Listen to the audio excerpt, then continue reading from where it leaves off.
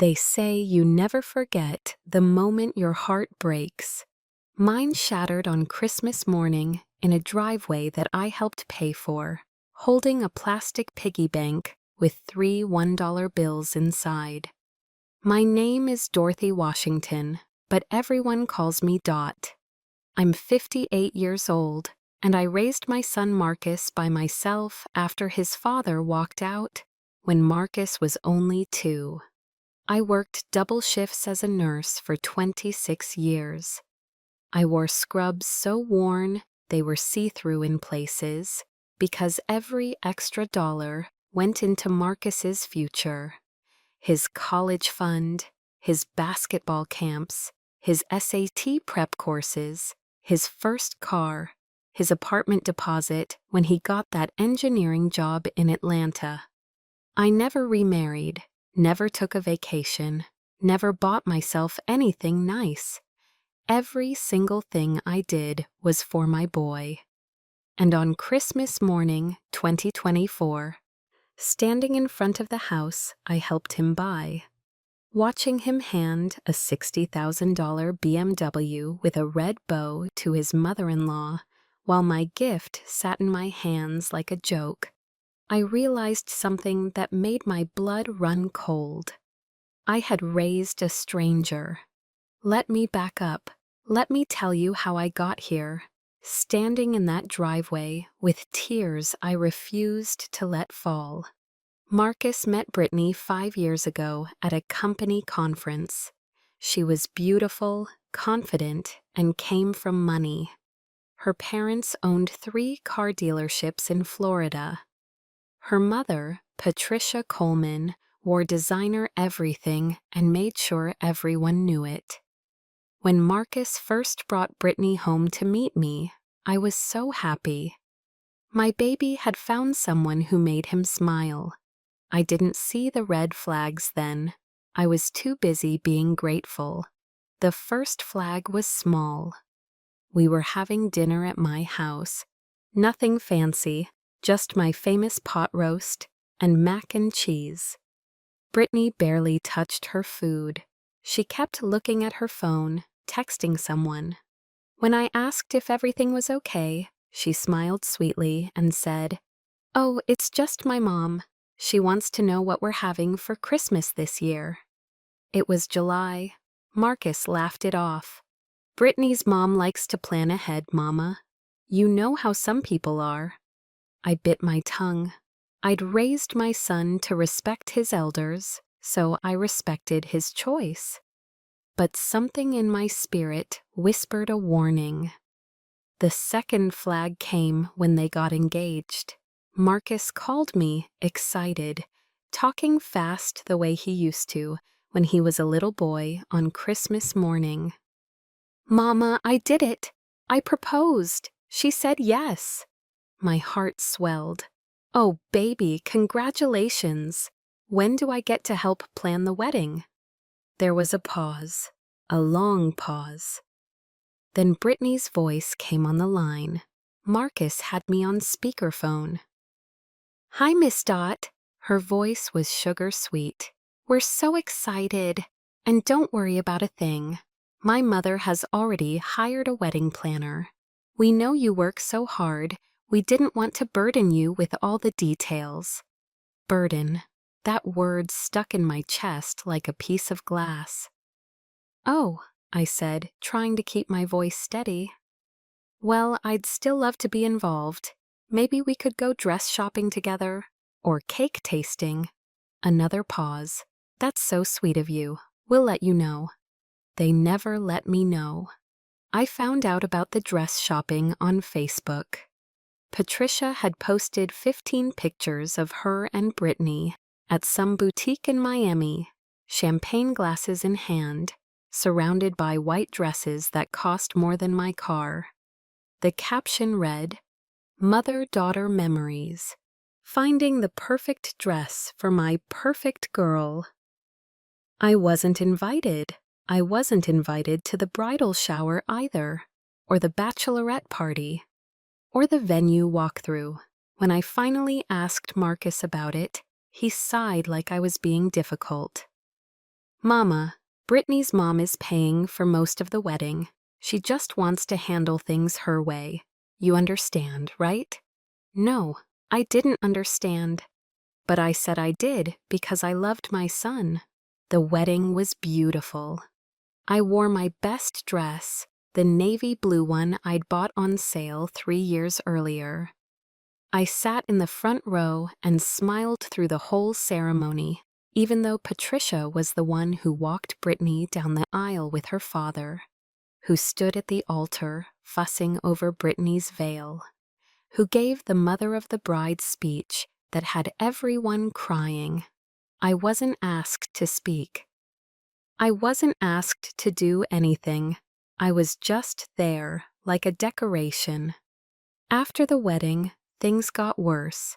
Marcus and Brittany bought a house, a beautiful 4-bedroom colonial in a gated community 30 minutes outside Atlanta. When Marcus told me about it, he was so proud. Mama, you have to see it. It's perfect. Brittany's father helped with the down payment, but we qualified for the mortgage on our own. I'm really making it, Mama. I was proud too, so proud that I did something stupid. Something that would come back to haunt me later. I gave him $50,000. It was most of my retirement savings, money I'd been putting away for 30 years. But Marcus said they needed it for closing costs and furniture. He said they were stretched thin. He said he'd pay me back as soon as his next bonus came through. Mama, I promise. 6 months, tops. You know I'm good for it. I never saw that money again. When I brought it up a year later, Marcus got defensive. Mama, things are tight right now. Brittany wants to redo the kitchen, and her car needs work. Can you just give me some time?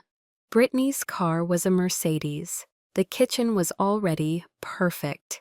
But I swallowed my words and said, okay. By the 2nd year of their marriage, I barely saw Marcus anymore. Our Sunday dinners stopped. He was always busy. They had plans with Brittany's family. They were tired from work. They had a thing at the country club. The country club. My son, who grew up eating government cheese and drinking powdered milk, was now too busy at the country club to have dinner with his mama. I tried not to be bitter. I reminded myself that this was what I wanted. I wanted Marcus to have a better life than I did. I wanted him to be successful.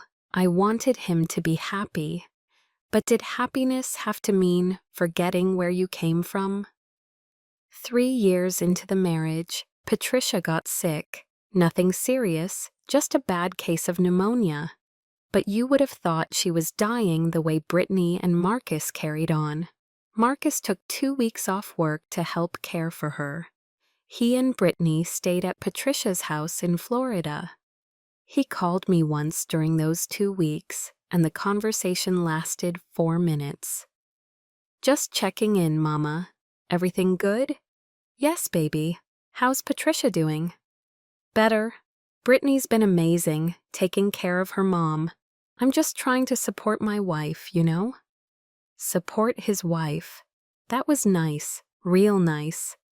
You know who was in the hospital those same 2 weeks? My sister, Glenda. She'd had a stroke. She was in ICU, and the doctors weren't sure if she'd make it. I was there every day, sitting by her bed, praying, talking to doctors, making decisions about her care because she didn't have kids of her own. I called Marcus to tell him. He was sympathetic. He said all the right things. He said he'd try to visit when they got back from Florida.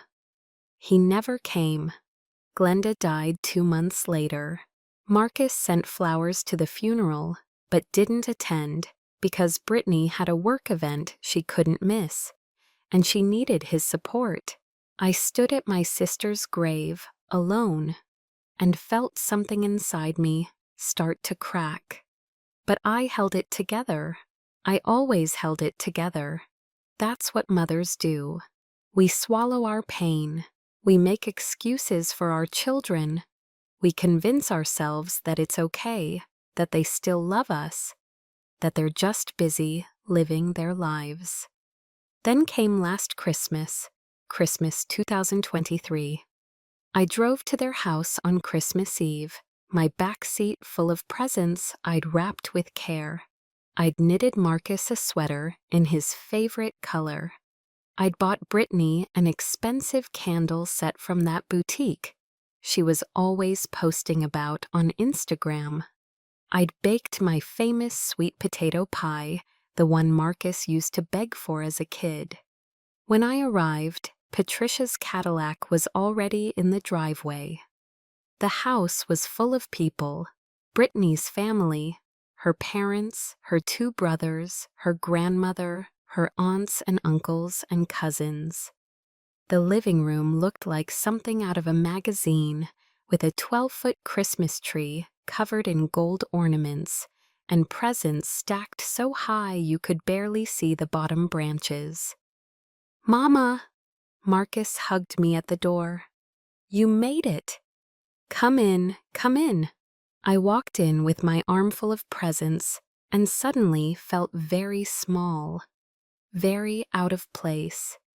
Everyone was dressed in matching Christmas pajamas, red and green plaid. Everyone except me. "Oh, Miss Dot!" Brittany came over, her smile bright and fake. "We're so glad you could make it. Here, let me take those presents. You can put them, over there in the corner." In the corner, away from the tree, away from the family. Dinner was catered. Prime rib, lobster tail, truffle mashed potatoes, things I'd never even heard of. I sat at the far end of the table next to Brittany's teenage cousin, who spent the entire meal on his phone. Nobody talked to me except to ask me to pass the salt. After dinner, we opened presents. I watched as Patricia gave Brittany and Marcus an envelope. Brittany screamed when she opened it. "Oh my God! Mama, are you serious? A Mediterranean cruise for 2 weeks? All expenses paid?" Patricia beamed. "You kids work so hard. You deserve a vacation." Everyone clapped. Marcus hugged his mother-in-law. "Thank you so much, Patricia. This is incredible." Then it was my turn. Marcus opened my gift, the sweater I'd spent 2 months knitting. He held it up, smiled, and said, "Thanks, Mama. This is nice." He put it down and never looked at it again. Brittany opened her candle set and didn't even pretend to be excited. "Oh, how lovely. Thank you, Miss Dot." Then she went back to talking about the cruise with her mother. I left early that night, said I wasn't feeling well, which wasn't a lie. My heart was sick. Marcus walked me to my car. "You okay, Mama?" "Just tired, baby." "Okay, well, Merry Christmas. We'll see you soon." "Okay?" "Okay." We didn't see each other again until April, and that was only because I called him and asked him to help me fix a leaky faucet. He came, fixed it in 20 minutes, and left. Barely stayed long enough for coffee. That summer, I overheard something I wasn't supposed to hear. I'd stopped by their house unannounced, something Brittany had made clear she didn't appreciate. But I'd made too much spaghetti sauce and thought Marcus might want some. His car was in the driveway, so I knew he was home. I rang the doorbell, no answer. I rang again, still nothing. I could hear voices inside, so I knew someone was there. I walked around to the side of the house where the kitchen window was open. Brittany's voice, was sharp and irritated. "I don't understand why she keeps dropping by like this. Doesn't she have her own life?" Marcus, quieter. "Babe, she's just trying to be nice." "It's annoying, Marcus. My mother would never just show up uninvited. She respects boundaries." I'll talk to her. You'd better. And honestly, maybe we should start setting some limits. She's always asking about money, always hinting about that loan you never paid back. It's like she expects us to fund her retirement or something. Fund her retirement, the retirement I'd given up, to give them $50,000. I stood there, frozen, holding my container of spaghetti sauce, and something inside me finally snapped. I didn't knock on the door. I walked back to my car, put the sauce on the passenger seat, and drove home. That night, I made a decision. I was done begging for my son's attention, done making excuses, done pretending everything was okay. If Marcus wanted distance, I'd give him distance. I stopped calling, stopped texting, stopped dropping by. I waited to see how long it would take for him to notice. It took 4 months. 4 months before Marcus called and asked why I'd been so quiet. I told him I'd been busy, just like he always was. He seemed relieved.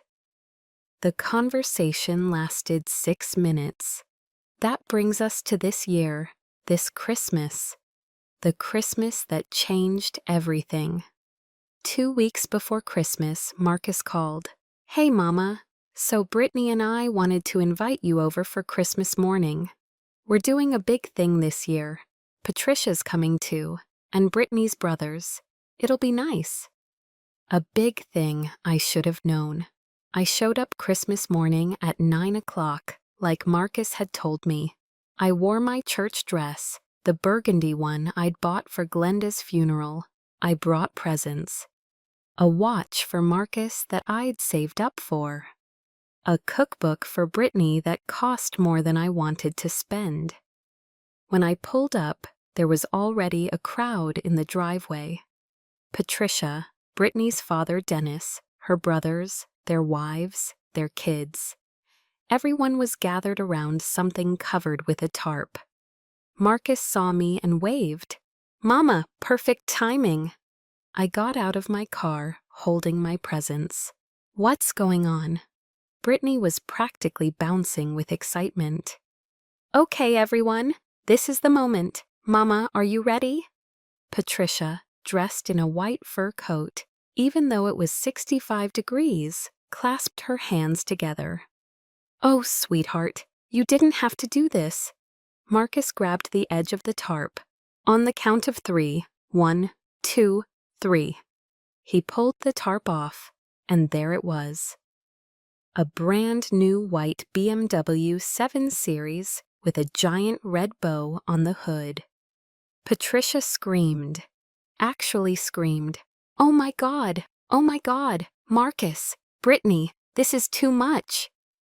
Brittany hugged her mother while Patricia sobbed happy tears. "You deserve it, Mama. You've done so much for us. We wanted to give you something special."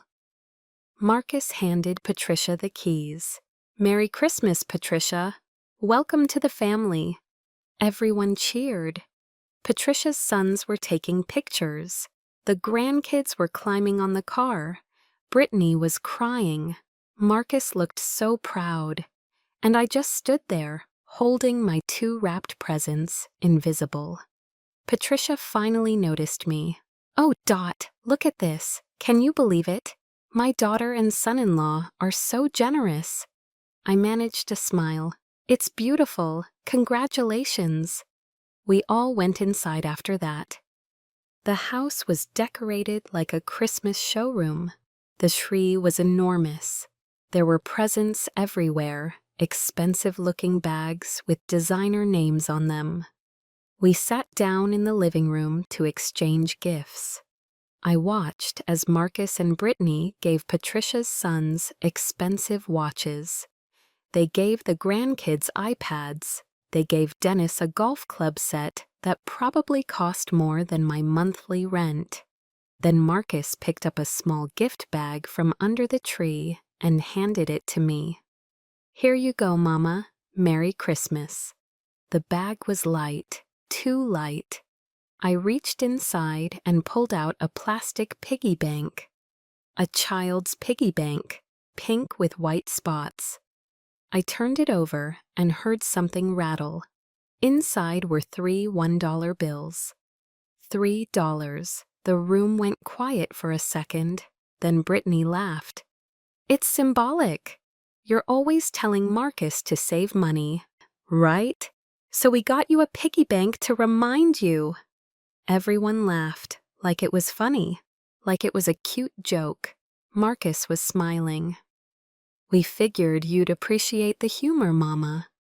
I looked at my son, at this man I'd raised, this man I'd sacrificed everything for, and I saw nothing but a stranger smiling back at me. I stood up slowly.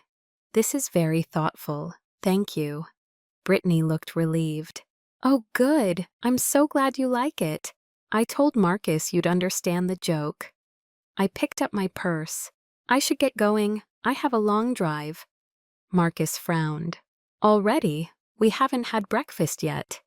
I'm not hungry, but thank you for having me. I walked to the door. Nobody followed me. Nobody asked if I was okay. They were all too busy taking pictures of Patricia and her new BMW.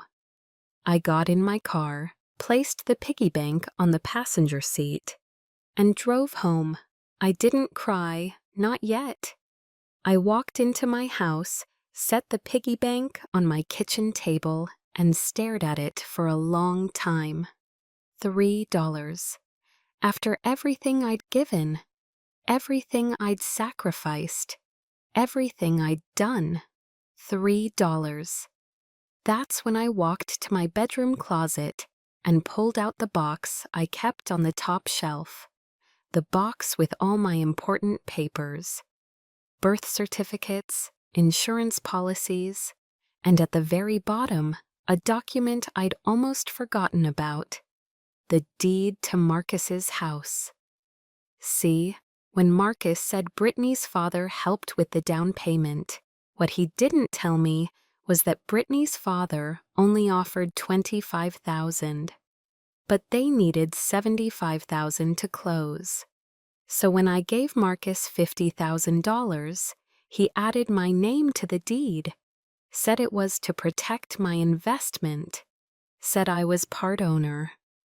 I'd forgotten about it over the years, too hurt to even think about that money. But sitting there on Christmas night, holding that deed in my hands, I made a decision. I called my friend Vanessa, who lives down the street. She's a real estate attorney. Girl, I'm sorry to bother you on Christmas, but I need your advice. Dot, what's wrong? You sound upset. I told her everything. The BMW, the $3, all of it. Vanessa was quiet for a moment. Then she said, Do you still have the deed? Yes. Then baby, you don't have to take this. You're a 50% owner of that house. And if Marcus hasn't been paying you back, like he promised, if they've been treating you this way, you have options, legal options. We talked for an hour. By the time I hung up, I knew exactly what I needed to do. The next morning, I woke up early. I got dressed in my best suit, the black one I wore to job interviews. I printed out some documents from my computer. I put everything in a large manila envelope, along with a letter I'd written at 3 a.m. when sleep wouldn't come. Then I drove back to Marcus's house. It was 6:30 in the morning. The sun was just coming up. The BMW was still in the driveway with its red bow. Everything was quiet. I placed the envelope on their front doorstep, right in front of the door where they couldn't miss it. Then I walked back to my car, got in, and drove away. I made it to the end of their street when I heard it. A scream, high-pitched and terrified. Brittany's voice, screaming so loud I could hear it even with my windows up. Then Marcus's voice, yelling, What? What does this mean? Mama! Mama! I kept driving, didn't look back. My phone started ringing before I even got home. Marcus called 17 times. Brittany called 9 times. Even Patricia called, which was a first. I didn't answer any of them. Instead, I went home, made myself a cup of coffee, and for the first time in 26 years, I felt free. Before we continue, please comment below, as I'd love to hear your thoughts, and subscribe to the channel to help us hit that big 1,000 subscriber milestone. You want to know what was in that envelope? You want to know what made Brittany scream like that? Well, let me tell you, but first, you need to understand what led to this moment. What I'd been carrying all these years, and why I finally decided enough was enough. The envelope contained 3 things. First, a copy of the deed to Marcus's house with my name highlighted in yellow. The deed that proved I owned 50% of everything they'd been living in for the past 3 years. Second, a formal notice from Vanessa's law firm stating that I was exercising my rights as a co-owner. The notice demanded immediate repayment of my $50,000 loan plus 3 years of interest, which brought the total to $62,000. If they couldn't pay within 30 days, I had the legal right to force the sale of the house and take my half. Third, a letter. The letter I'd written at 3 in the morning while tears ran down my face. I'm going to share it with you now, exactly as I wrote it. Dear Marcus, last night I watched you give your mother-in-law a $60,000 car. You handed her those keys with so much love and pride. You called her family. You said she deserved something special. Do you remember when you were 7 years old and you wanted a bicycle for Christmas? We couldn't afford it. I was working double shifts at the hospital, but money was tight. So you know what I did? I worked an extra overnight shift every week for 4 months. I didn't sleep. I barely ate. But on Christmas morning, there was a red bicycle with a bow under our tree. Do you remember what you said to me? You said, "Mama, you're the best mama in the whole world." When you were 16 and you wanted to go to basketball camp, that camp cost $800. We didn't have it, so I sold my mama's wedding ring, the only thing I had left of her. I never told you that. I just smiled and handed you that permission slip and watched you get on that bus, so proud, so happy. When you went to college, I worked 3 jobs. 3 jobs, Marcus. I slept 4 hours a night for 4 years, so you could have a degree without debt. When your friends went to spring break, you went too, because I sent you money, even though it meant I ate ramen noodles for dinner every night that month. I gave you $50,000 for your house. That was my retirement, my security, my future. You said you'd pay me back in 6 months. That was 3 years ago. I never mentioned it again because I loved you more than I loved my own comfort. Yesterday, you gave me $3 in a plastic piggy bank while everyone laughed. I'm done being the punchline of your joke. I'm done being forgotten. I'm done sacrificing while you give everything to people who didn't raise you, didn't sacrifice for you, didn't love you when you had nothing. This house is mine as much as it's yours. The papers prove it. You have 30 days to pay me what you owe, or I will take what's legally mine. But here's what hurts most, baby. It's not the money. It's not the car or the cruise or the fancy dinners I was never invited to. It's that somewhere along the way, you forgot who raised you. You forgot where you came from. You forgot that before there was Brittany, before there was Patricia, before there were BMWs and country clubs and Mediterranean cruises, there was me, just me, working myself to the bone because I loved you more than life itself. I don't recognize you anymore, and I don't think you recognize me either. Maybe this lawsuit will help you remember. Your mother, Dorothy Washington.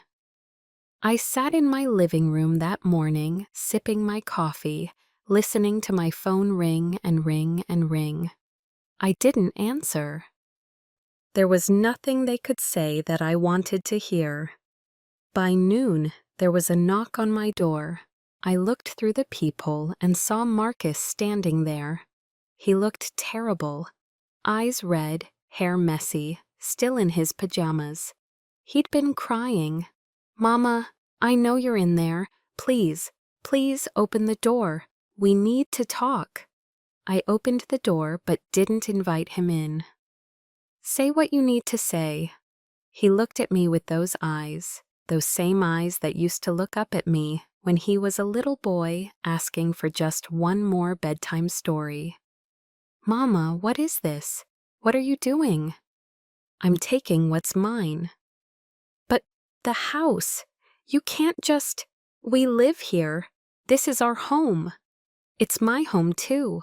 My name is on the deed. Or did you forget that?" "I didn't forget. I thought we were family." "Family doesn't sue each other." I felt something hot rise up in my chest. Family? Marcus, when was the last time you treated me like family? When was the last time you invited me to Sunday dinner? When was the last time you called just to see how I was doing? When was the last time you even thought about me unless you needed something? "That's not fair, Mama. I've been busy. We've been busy. Life gets hectic." "You took 2 weeks off work to take care of Patricia when she had pneumonia. You couldn't take one day to come see your Aunt Glenda when she was dying." His face went pale. That was different." "How? How was it different?" "Brittany needed me to support her through, and I didn't need you." My voice cracked. "I was sitting in that hospital alone, Marcus, making decisions about whether to take my sister off life support. Alone. And you sent flowers to the funeral like she was some colleague you barely knew. She helped raise you. She babysat you every weekend when I had to work. She taught you how to ride that bike I bought you. And you couldn't even show up to say goodbye." "Mama, I'm sorry. I should have been there. I know that now." "You gave Patricia a $60,000 car for Christmas. You gave me $3. It was a joke. Brittany thought it was funny to humiliate me, and you just went along with it." Marcus ran his hands through his hair. "Okay, it was stupid. It was insensitive. I'm sorry. But Mama, you can't take our house. Where would we live?" "I don't know, Marcus. Where would I have lived if I'd kept my retirement money instead of giving it to you? I'll pay you back, I swear. Just give me time. You've had 3 years.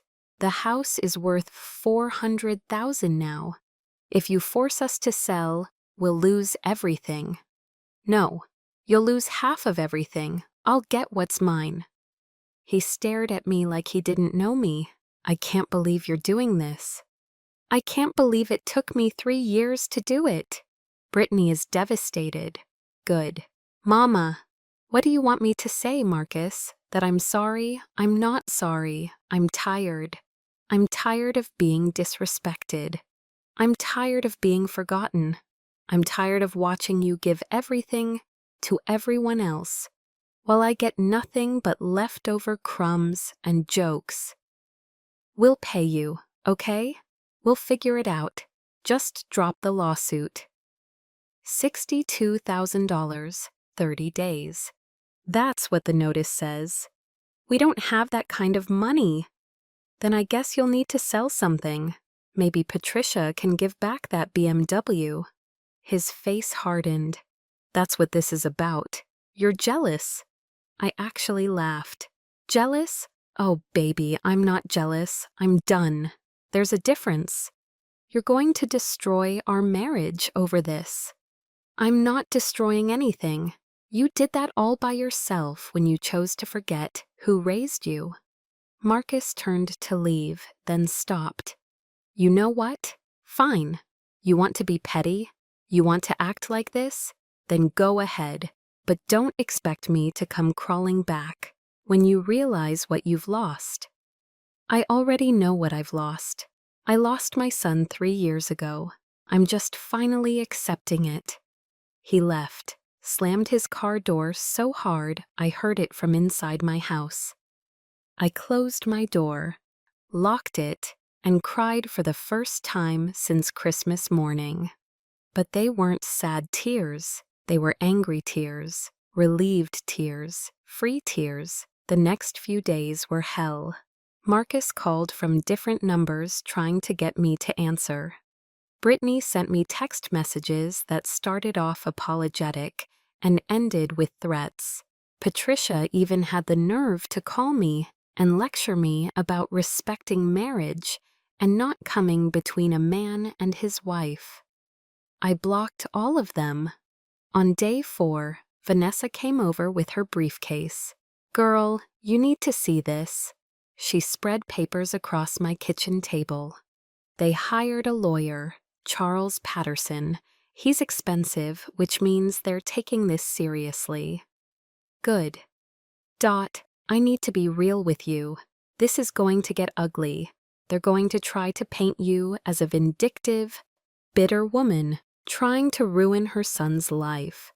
They're going to dig into your finances, your history, everything.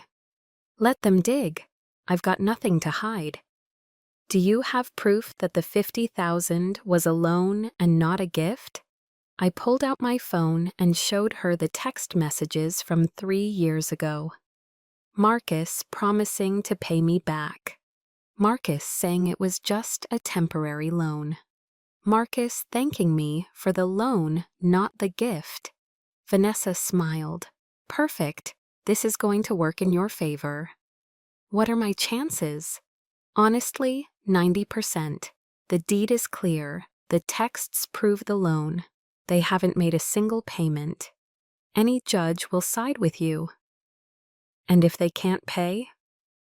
Then the house goes up for sale. You get your half of the proceeds, they get theirs.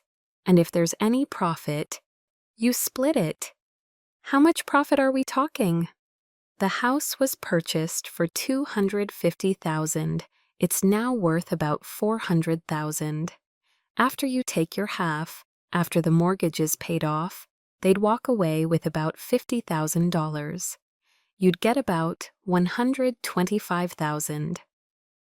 $125,000. Enough to retire comfortably. Enough to finally take a vacation. Enough to stop working double shifts at 58 years old. When's the court date? 6 weeks, January 15th. I'll be there. Vanessa squeezed my hand. I'm proud of you, Dot. This took courage. After she left, I sat alone in my kitchen and thought about everything. Was I doing the right thing? Was I being too harsh? Should I give Marcus another chance? Then I remembered Christmas morning, the piggy bank, the laughter, the way Marcus looked at Patricia with more love than he'd shown me. In 3 years. No, I wasn't being too harsh. I was being fair. That Sunday, I went to church. I attend New Hope Baptist, the same church I've been going to for 30 years. Pastor Reynolds is a good man who knows my story. After service, he pulled me aside. Sister Dorothy, I heard about what happened with Marcus. How are you holding up?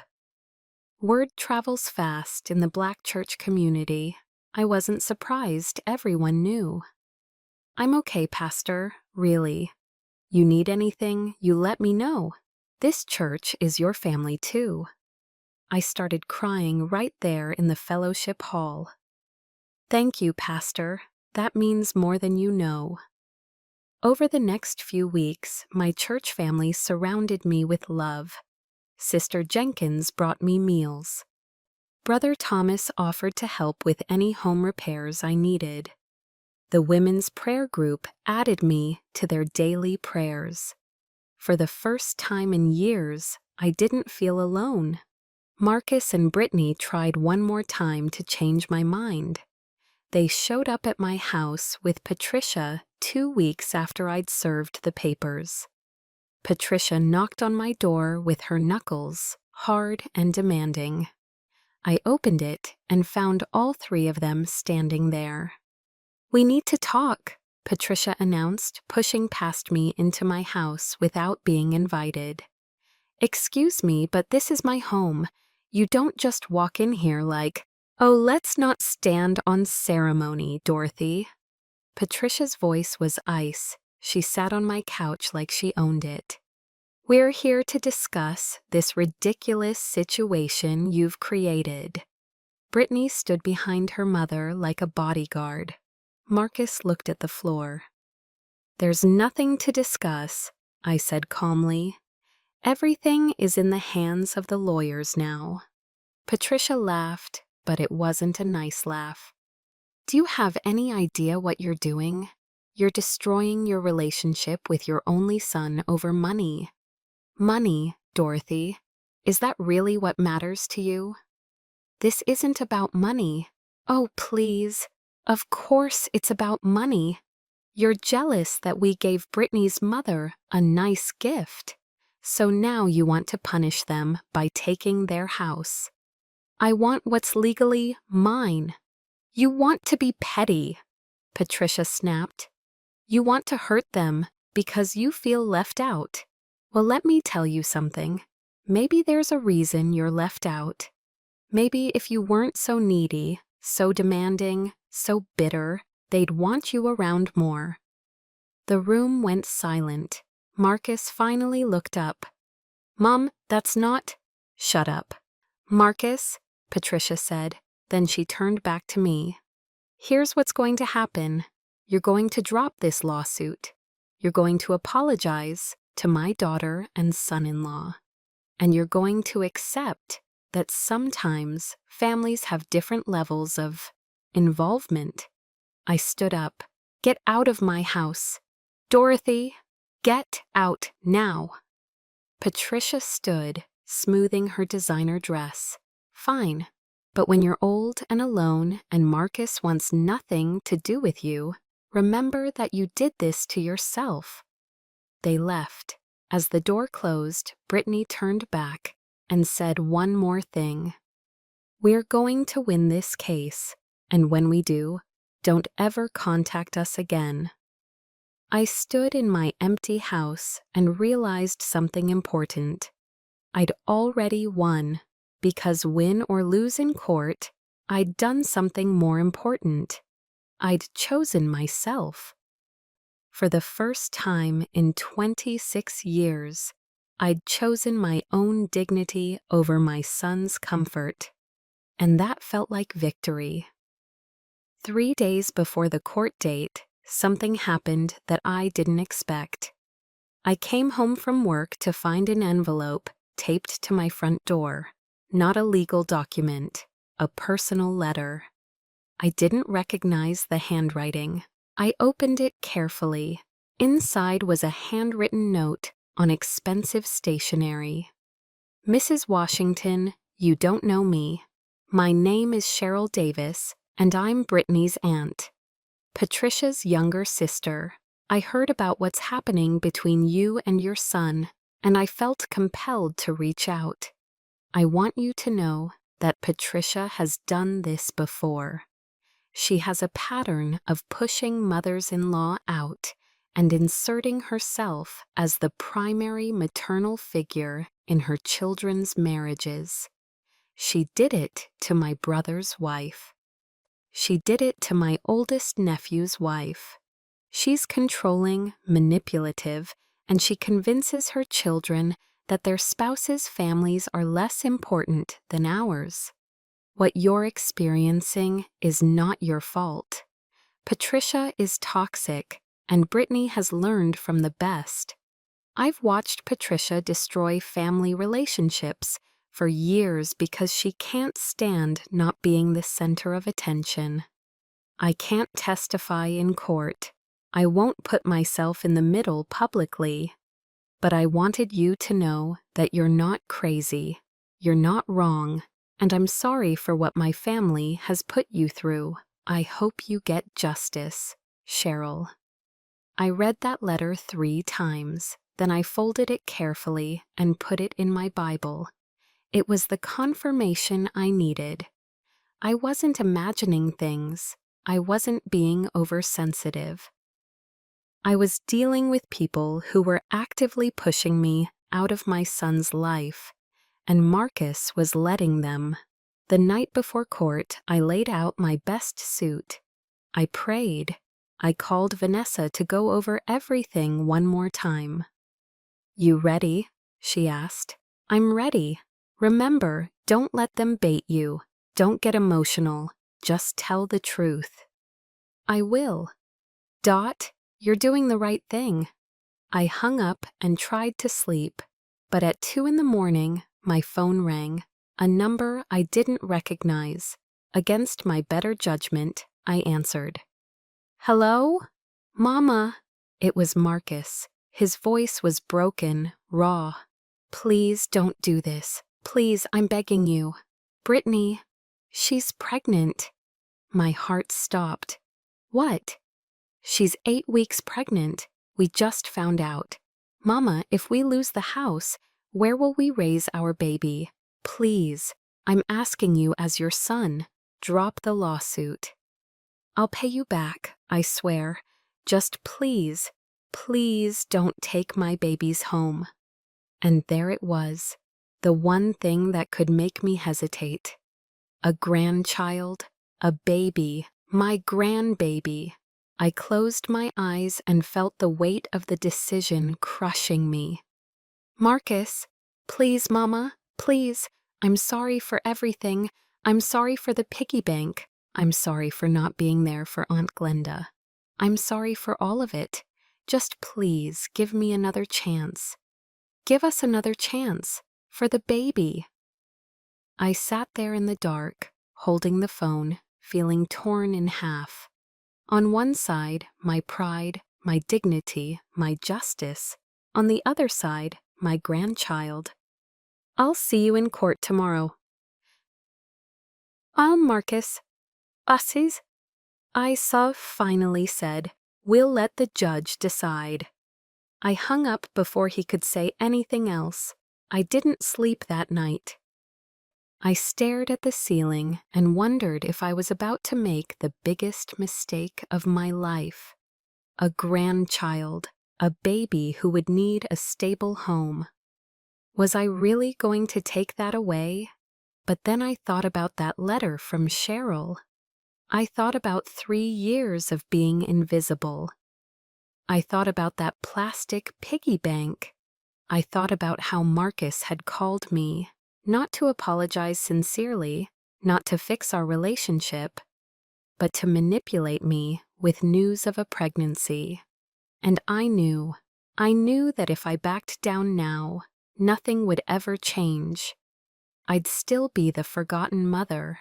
I'd still be the punchline. Only now I'd be the forgotten grandmother, too.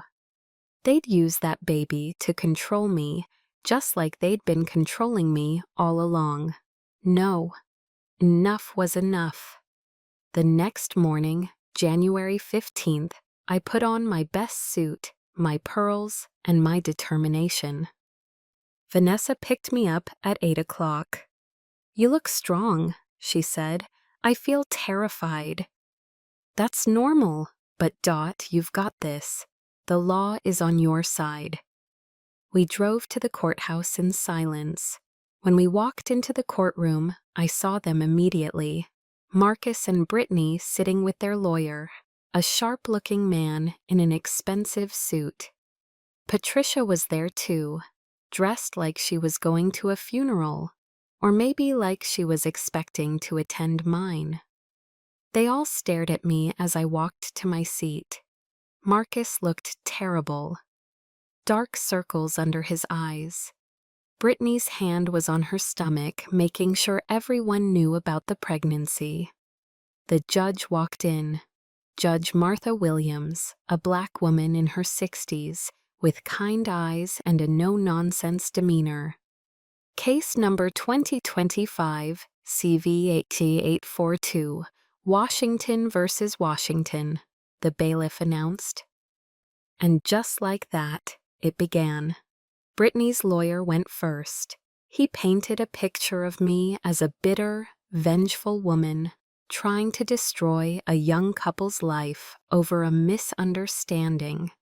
He showed pictures of Marcus and Brittany's wedding, their house, their happy life. He brought up the pregnancy, making sure to emphasize that I was trying to put a pregnant woman on the street. Then he said something that made my blood boil. "Your Honor, Mrs. Dorothy Washington gave her son money for his house as a gift. She was angry about a Christmas present she didn't like, so now she's trying to retroactively call it a loan to take revenge. This is a family dispute, not a legal matter." Vanessa stood up for my side. She presented the deed with my name on it. She showed the text messages proving the loan. She presented bank records showing the $50,000 transfer with the memo, "Loan for house." Then she called me to the stand. I sat down, put my hand on the Bible, and swore to tell the truth. And that's exactly what I did. I told the judge everything: the double shifts, the sold wedding ring, the 3 jobs through college, the $50,000 I'd given up, the 3 years of being forgotten, the funeral Marcus missed, the piggy bank with $3. I didn't cry, I didn't yell. I just told the truth in a calm, clear voice. When I finished, the judge looked at Marcus. "Mr. Washington, do you have anything to say?" Marcus stood up slowly. "Your Honor, I love my mother. I never meant to hurt her. We got caught up in life. Brittany's family is very generous. And maybe we took my mom for granted because we knew she'd always be there.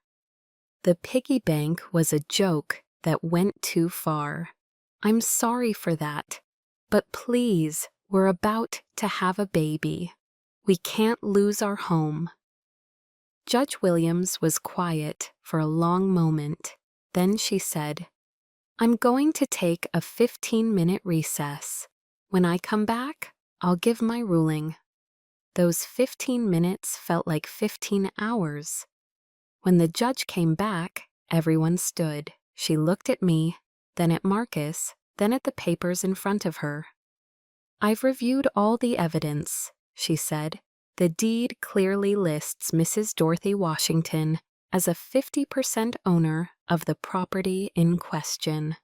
The text messages clearly establish that the $50,000 was a loan, not a gift. Mr. Washington has failed to make any payments toward this loan in 3 years." Marcus grabbed Brittany's hand. "However," the judge continued, "I'm also aware that Mrs. Brittany Washington is pregnant, and I'm aware that this is a family matter that has clearly caused significant pain on both sides."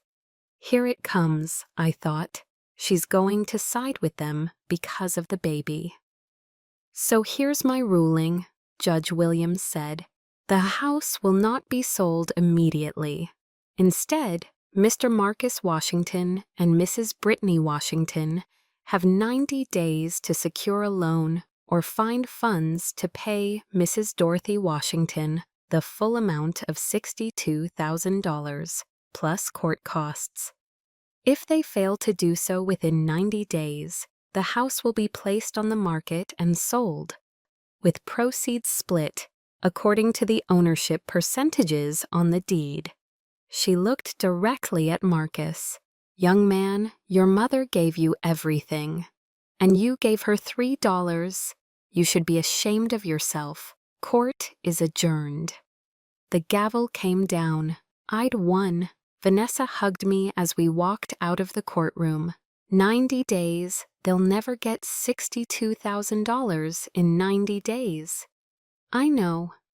You're getting your money, Dot. But as we walked past Marcus and Brittany in the hallway, I heard Brittany whisper to Patricia, "It's okay, Mama. We'll figure it out. She won't get away with this." And the way she said it, the coldness in her voice, made something click in my mind. They were planning something that had nothing to do with coming up with the money. I just didn't know what yet. The next morning, I got a call from Vanessa at 7:30. Her voice was tight with anger. "Dot, we have a problem." My stomach dropped. What happened? They filed for bankruptcy. I sat down hard on my couch. What? Marcus and Brittany filed for Chapter 7 bankruptcy last night. They're claiming they can't pay their debts.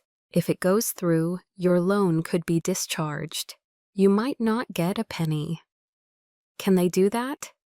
They can try, but Dot, here's the thing. I looked at the filing. They're claiming poverty, but they listed all these assets. The BMW they just bought Patricia, designer clothes, country club memberships, a wine collection worth $12,000. They're not broke. They're hiding money. So what do? We fight it. We show the bankruptcy court that this is fraud. They're trying to avoid paying a legitimate debt by claiming poverty while living a luxury lifestyle. But Dot, this is going to take time. And it's going to cost more in legal fees. I closed my eyes. How much time? Another 3 months, maybe 4, and I'll need a retainer of $5,000 to handle the bankruptcy proceedings. $5,000 I didn't have. I'd already spent $3,000 on the first lawsuit. My savings were almost gone. "Let me think about it," I said. After I hung up, I sat in my kitchen, feeling defeated. They were going to win, after all. Not because they were right, but because they had more money to throw at lawyers. They could drag this out forever, while I went broke trying to get what was mine. I was about to give up when my doorbell rang. It was Pastor Reynolds and Sister Jenkins from church. "Sister Dorothy," Pastor said, "we heard about what happened. The bankruptcy filing. Can we come in?" I let them in, feeling embarrassed. I didn't want charity. I didn't want pity. Pastor sat down across from me. "The church board had a meeting last night. We want to help with your legal fees." I shook my head. "Pastor, I can't accept that. The church needs that money for what?" Sister Jenkins interrupted. "For people in need? Dot, you've been tithing to this church for 30 years. You've served on every committee. You've cooked for every funeral. You've watched every child in the nursery. You've given and given and given. Now it's time to let us give back to you." But Pastor held up his hand. "It's not charity, Dot. It's family taking care of family. And you're our family. We're covering your legal fees, all of them. However much it takes." I started crying. Right there in my living room, I broke down. These people, this church community, they were showing me more love than my own son had in 3 years. 2 days later, Vanessa called with an update.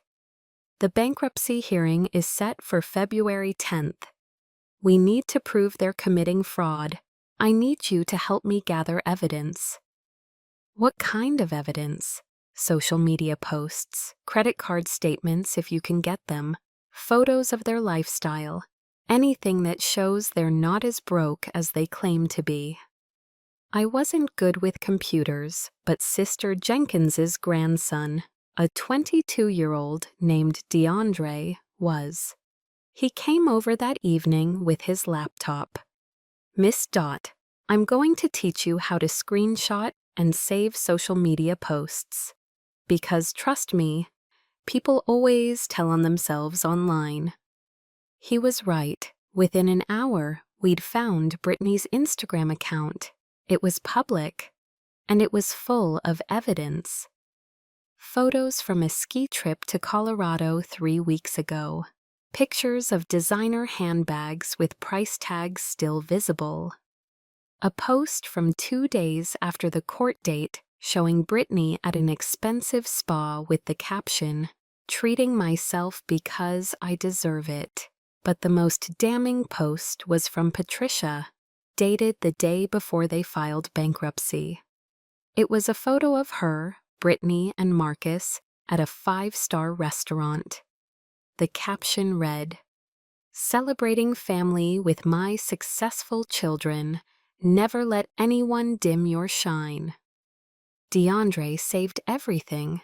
Miss Dot, they're idiots. They're out here flaunting money while claiming they're broke. This is fraud, plain and simple. We found more. Credit card statements that Marcus had accidentally left at my house years ago, showing the account number. Vanessa was able to subpoena recent statements. They'd spent $43,000 in the last 3 months alone. Designer clothes, electronics, restaurant meals that cost more than my weekly grocery budget. And then we found the big one. Patricia had transferred $75,000 into Brittany's account 2 days before they filed bankruptcy. A clear attempt to hide assets. Vanessa was ecstatic. "This is it. This is exactly what we need.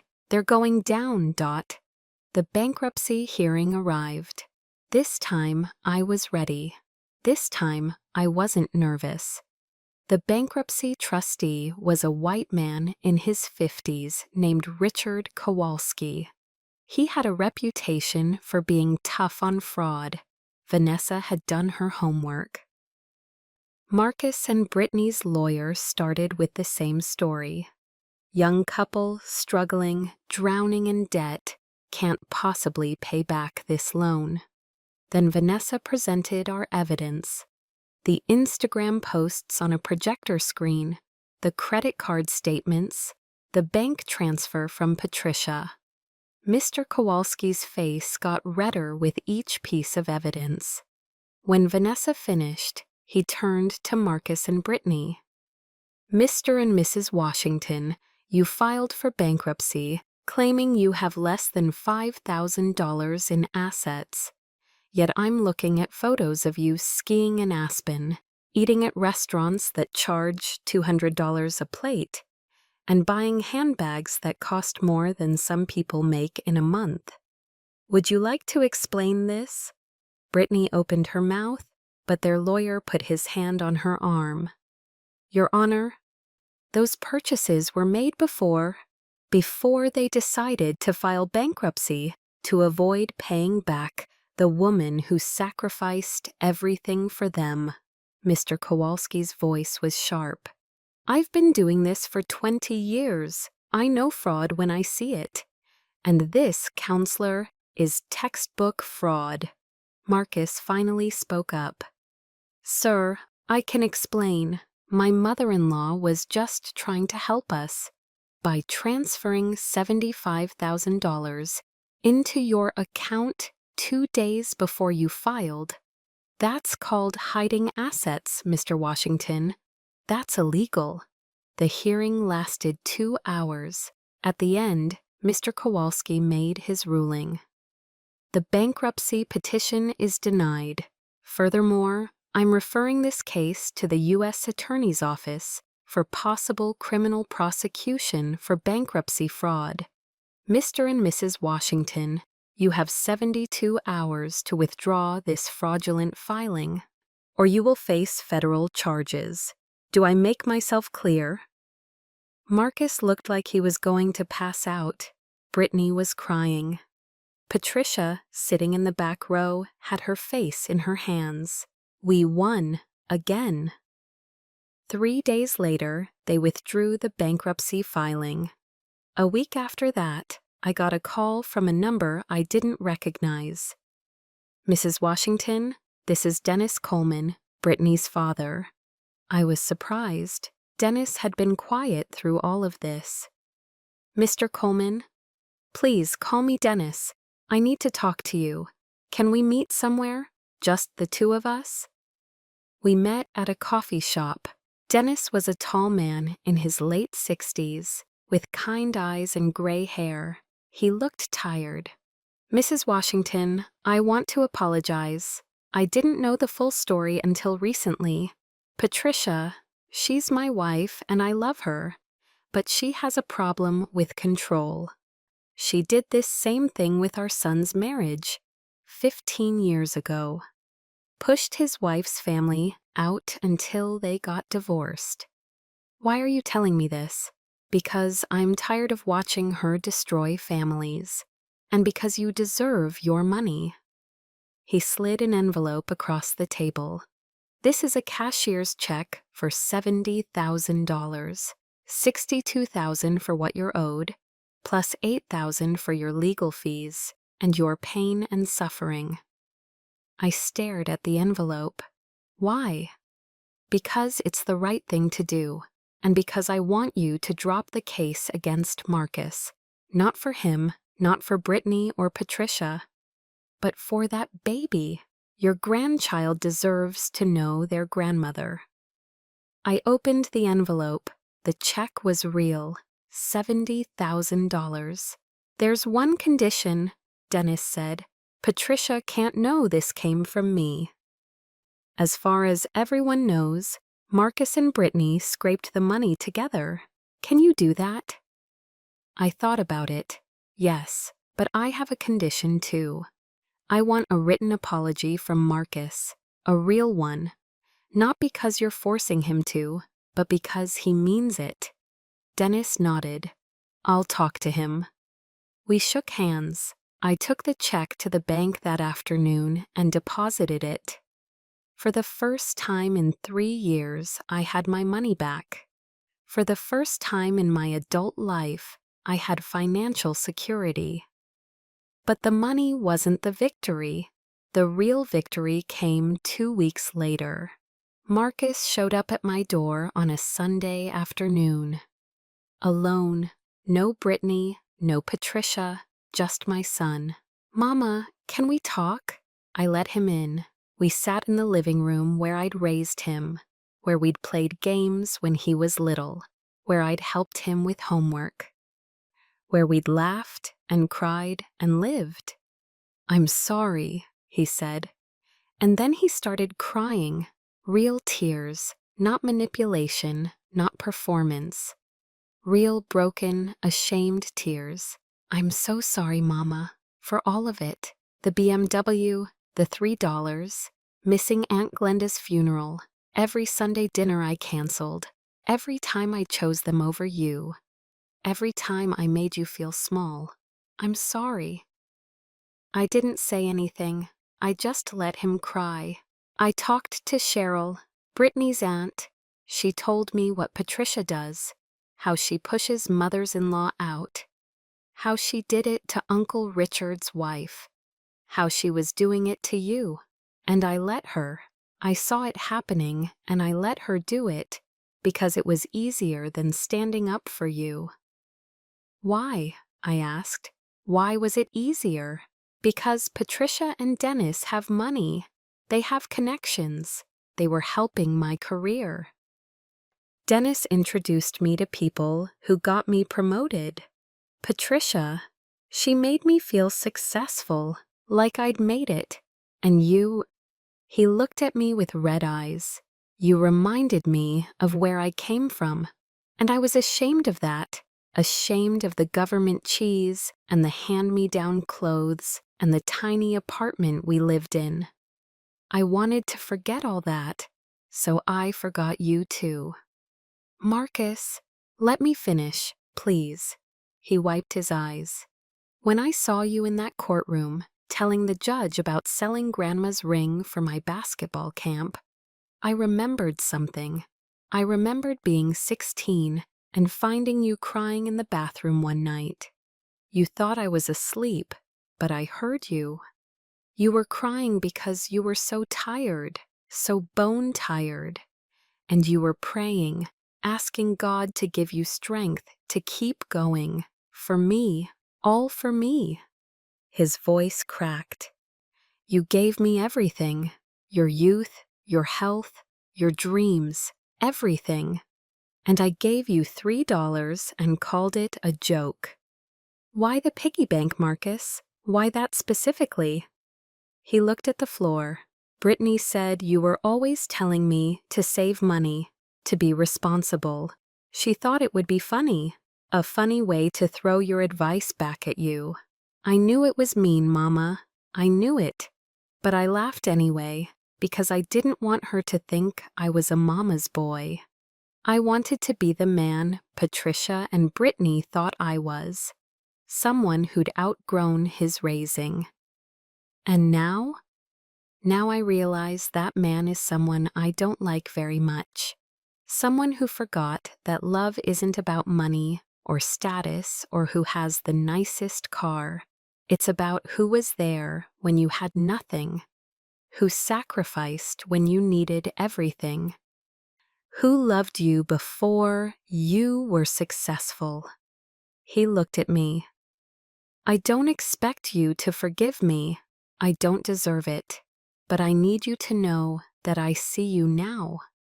I see everything you did, everything you gave up, everything you sacrificed, and I'm sorry I ever made you feel invisible. I sat there for a long moment, looking at my son. He looked like the little boy I'd raised, the one who used to crawl into my bed during thunderstorms, the one who'd brought me dandelions from the yard and called them flowers, the one who'd told me I was the best mama in the whole world. I forgive you, I said quietly, Mama, but things are going to be different now. You don't get to treat me like an option anymore. You don't get to choose me only when it's convenient. If you want me in your life, if you want me in that baby's life, you're going to have to show up. Really show up. I will. I swear I will. And Brittany, Patricia, Marcus took a deep breath. We're in therapy, Brittany and me, because this whole thing made her realize some stuff too. About how her mother treats people, about how we treated you. It's going to take time, but we're working on it. And Patricia, I'm setting boundaries with her, real ones. And if she doesn't respect those boundaries, then she doesn't get access to her grandchild. Brittany agreed. We both agreed. Our baby deserves to know their real grandmother, you. I started crying then, not sad tears, relief tears. When's the baby due? July, a girl. We want to name her Dorothy, after you, if that's okay.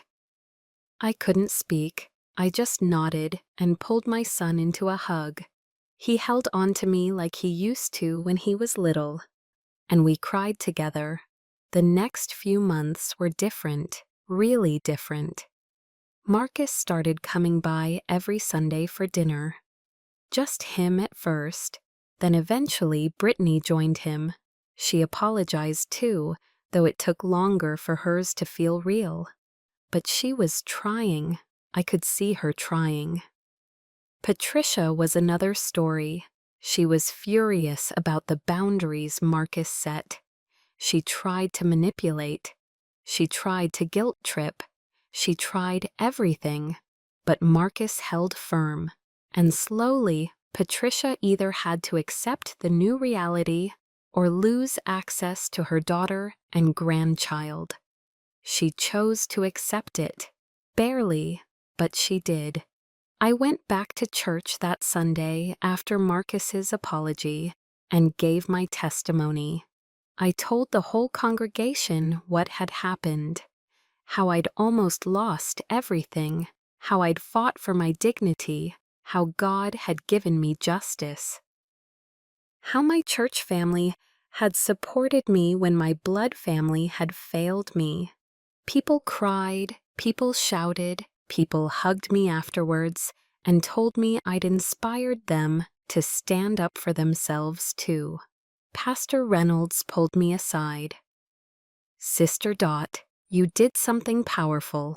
You showed everyone here that it's not selfish to value yourself, that it's not wrong to demand respect, that you can love your children without letting them destroy you." In July, baby Dorothy Grace Washington was born. 7 pounds, 3 ounces, with my eyes and Marcus's nose. When the nurse placed her in my arms for the first time, I felt something heal inside me, something I didn't even know was broken. "Hi, sweet girl," I whispered. "I'm your grandma, and I promise you, I'm going to make sure you always know your worth. I'm going to make sure you never let anyone make you feel small. I'm going to teach you what real love looks like." Marcus stood next to me, watching. "She's lucky to have you, Mama." We're all lucky to have each other. With the money Dennis had given me, I did something I'd never done before. I took a vacation, a real vacation. I went to Martha's Vineyard with Sister Jenkins and 3 other women from church. We rented a house right on the beach. We laughed. We ate good food. We watched the sunset every night. I was 58 years old, and it was the first vacation of my entire life. On the last night, sitting on the beach with my friends, Sister Jenkins turned to me. "You did it, Dot. You got free." Free? Free from being used. Free from being taken for granted. Free from sacrificing yourself until there's nothing left. You chose yourself, and look what happened. You didn't lose your son. You saved him. You saved yourself. You saved that whole family from continuing in a toxic pattern. She was right. If I'd backed down, if I'd accepted that piggy bank and stayed quiet, nothing would have changed. Marcus would have kept choosing Patricia over me. Brittany would have kept disrespecting me. I would have died someday, forgotten and invisible. And Marcus would have cried at my funeral and wondered why we'd never been close. Instead, I fought. And in fighting, I'd given Marcus the greatest gift a mother can give: the truth, the mirror, the chance to see who he'd become and choose to be better. Now, 6 months after that terrible Christmas morning, I sit in my living room with my granddaughter sleeping in my arms. Marcus is in the kitchen making dinner. Real dinner, not takeout. He's cooking my pot roast recipe, the one I taught him when he was 12. Brittany is at therapy. She goes twice a week now, working through her mother issues. She's not perfect. We're not best friends, but she tries. She says, "Thank you." She includes me. She's learning. My phone buzzes with a text from the church's women's group. They're planning a trip to New Orleans and want me to come. I text back, yes. Another text comes through. It's from Cheryl, Patricia's sister. We've become friends over these months. She writes, "Proud of you, Dot. You did what I was too scared to do. You stood up to Patricia and won." I look around my home. It's not fancy. I don't have a BMW. I don't have a country club membership. But I have something better. I have my dignity. I have my peace. I have my freedom. And I have a relationship with my son that's real now. Built on honesty instead of obligation. Built on mutual respect instead of one-sided sacrifice. The doorbell rings. It's Vanessa with wine and dessert. Thought I'd stop by and see my favorite client. We laugh, we eat, we celebrate, not the lawsuit or the money or the victory in court. We celebrate something bigger. We celebrate a woman who loved herself enough to fight for herself, who refused to be invisible, who demanded her worth. That woman is me, Dorothy Washington, 58 years old, grandmother, nurse, fighter, free. Later that night, after everyone leaves, I take out that plastic piggy bank. I've kept it all this time. I look at it and I don't feel angry anymore. I feel grateful because that piggy bank with $3 inside changed my life.